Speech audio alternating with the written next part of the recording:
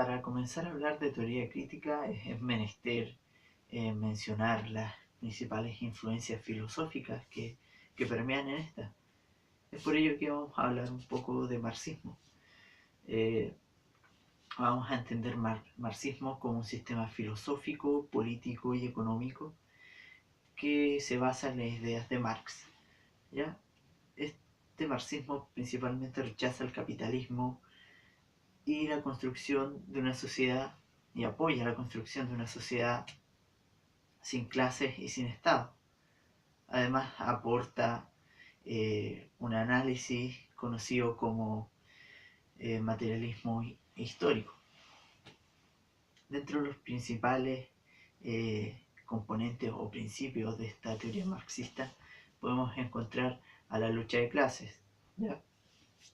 Por un lado tenemos a la clase trabajadora, en el otro polo tenemos a la burguesía. ¿Ya? El segundo punto central de este modelo teórico marxista es la crítica de la economía capitalista, ¿ya? Que principalmente podemos observar esto en el Capital de Marx. Un tercer punto o concepto es el de ideología, que intenta explicar las formas de dominación mental de la sociedad capitalista y su relación con la composición económica de esta. ¿Ya? Y un cuarto punto que es el comunismo, entendido como una teoría utópica de la sociedad eh, que puede sobrepasar los límites de la sociedad capitalista imperante en ese entonces, formada básicamente por la explotación humana. Bueno, esta teoría marxista tiene influencias tanto de Feuerbach como de Hegel. En el primero, el primero de estos, perdón, aportó una visión materialista de la historia y el segundo, Hegel, aportó una aplicación de la dialéctica a este materialismo.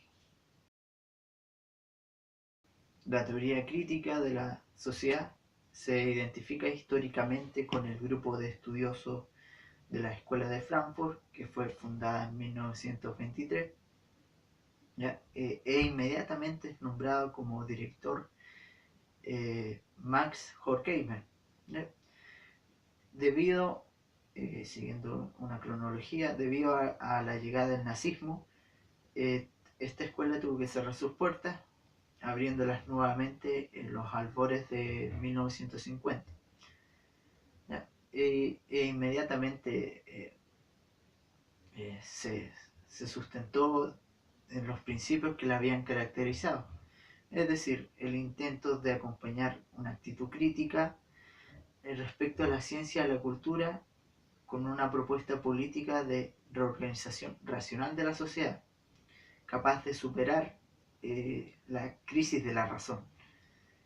Aquí podemos ver claramente la influencia del marxismo. En definitiva, la teoría crítica intenta comprender de alguna manera las ciencias sociales y la relación entre tanto los individuos y la sociedad a partir de un enfoque crítico.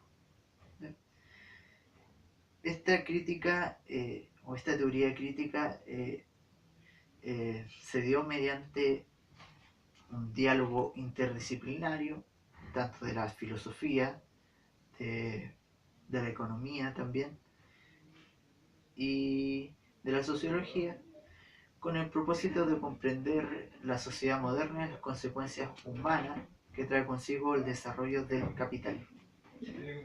Cambiando de tema, tenemos que mencionar a los principales autores de esta teoría crítica. En primer lugar tenemos a Max Horkheimer, que junto a Adorno hacen más énfasis en sus investigaciones sobre ideología y el arte. También de los mecanismos de reproducción que en definitiva satisfacen los intereses de la clase burguesa y que anula y envilece en definitiva tanto al sujeto creador como al sujeto que lo consume. Esto tiene que ver con el concepto que ambos acuñan de industria cultural. También dentro de los autores principales tenemos a Marcuse con su concepto de hombre unidimensional, ya que en definitiva señala que éste presenta una ausencia tanto de libertad como de razón. Y por último tenemos a Habermas, que señala que no es posible separar la teoría del conocimiento y la teoría social. Para ir finalizando, es necesario hablar de un concepto importante dentro de la teoría crítica, ¿ya? El término industria cultural. La industria cultural fue un concepto acuñado por Horkheimer y Adorno en la dialéctica de la ilustración en el año 1947. Este se refiere básicamente a la capacidad de la economía capitalista de producir bienes culturales de forma masiva, ya sea en el arte, en el entretenimiento, en la publicidad, etc. Dentro de las principales críticas que hacen los autores a, a estas industrias culturales es que ya no producen arte y son un mero negocio, ¿ya? Además, poseen una fuerte carga ideológica precisamente que quiere imponer esta economía capitalista, principalmente. Bueno, el sujeto dentro de esta industria cultural es alienado, es cosificado y se convierte en un mero receptor de estos productos culturales que crean la industria. ¿Ya? Ya que en definitiva las industrias no viven del individuo, sino viven de las masas. De ahí viene el concepto de pseudo individualidad que acuñan ambos autores también.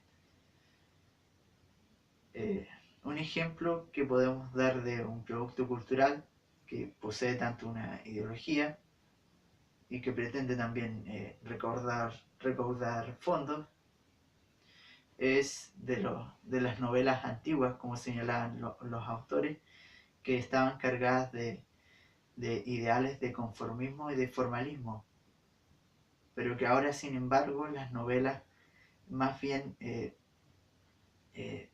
traen concretas prescripciones de lo que debemos y lo que no debemos hacer.